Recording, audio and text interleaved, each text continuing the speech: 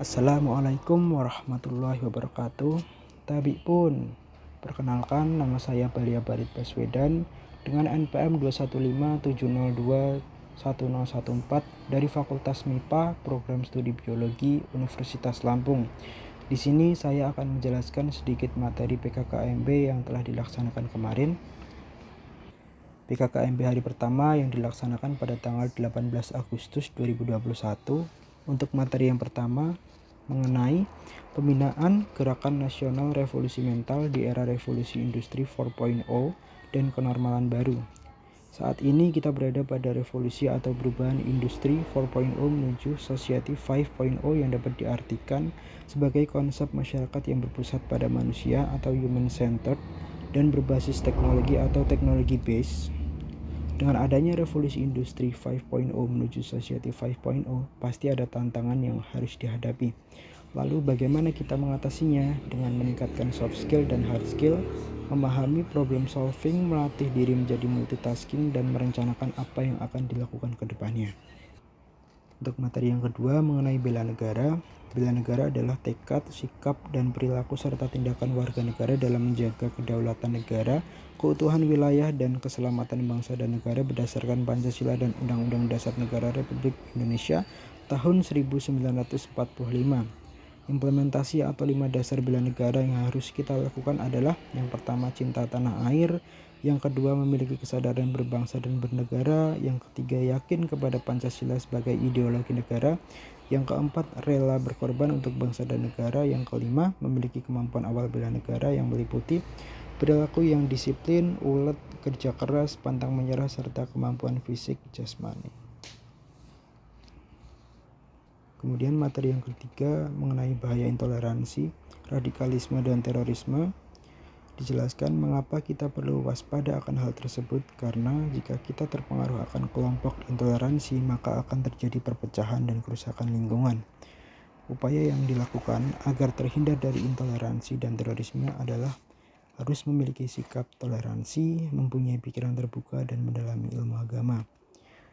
Kemudian materi yang keempat mengenai etika bersosial media. Dijelaskan ketika sedang menggunakan sosial media kita harus memperhatikan beberapa hal yang meliputi: yang pertama, harus memilih melakukan sebuah penelitian, membaca ulang sebelum memposting sesuatu; yang kedua, berpikir kritis sebelum sharing kontennya; yang ketiga, mengapresiasi karya orang yang kita pakai dalam postingan dengan mention atau tulis sumbernya; yang keempat, harus memperhatikan gaya dan tata bahasa; dan yang kelima, membuat akun sosial media dengan sebuah kejelasan tujuan.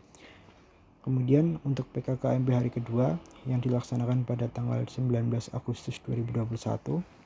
Untuk materi yang pertama mengenai pengelolaan perguruan tinggi di era kenormalan baru. Dijelaskan mengenai sikap Unila dalam menyikapi COVID-19. Yang pertama, mengadakan vaksinasi sebanyak 13.000 dosis pada tanggal 8 Agustus 2021.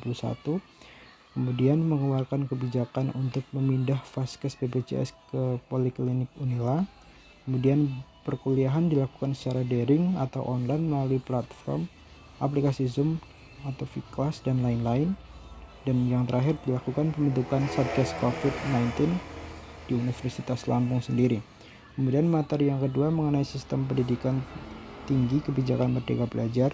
Dijelaskan bahwa mulai semester 5 hingga semester 6 kita dapat melaksanakan program belajar merdeka yang meliputi: pertama, membangun desa atau kuliah kerja nyata tematik; yang kedua, pertukaran pelajar atau student exchange; yang ketiga, magang atau praktek kerja di salah satu instansi; yang keempat, asistensi mengajar di satuan pendidikan; yang kelima, melakukan penelitian riset; yang keenam, berwirausaha; dan yang ketujuh, studi atau proyek individu.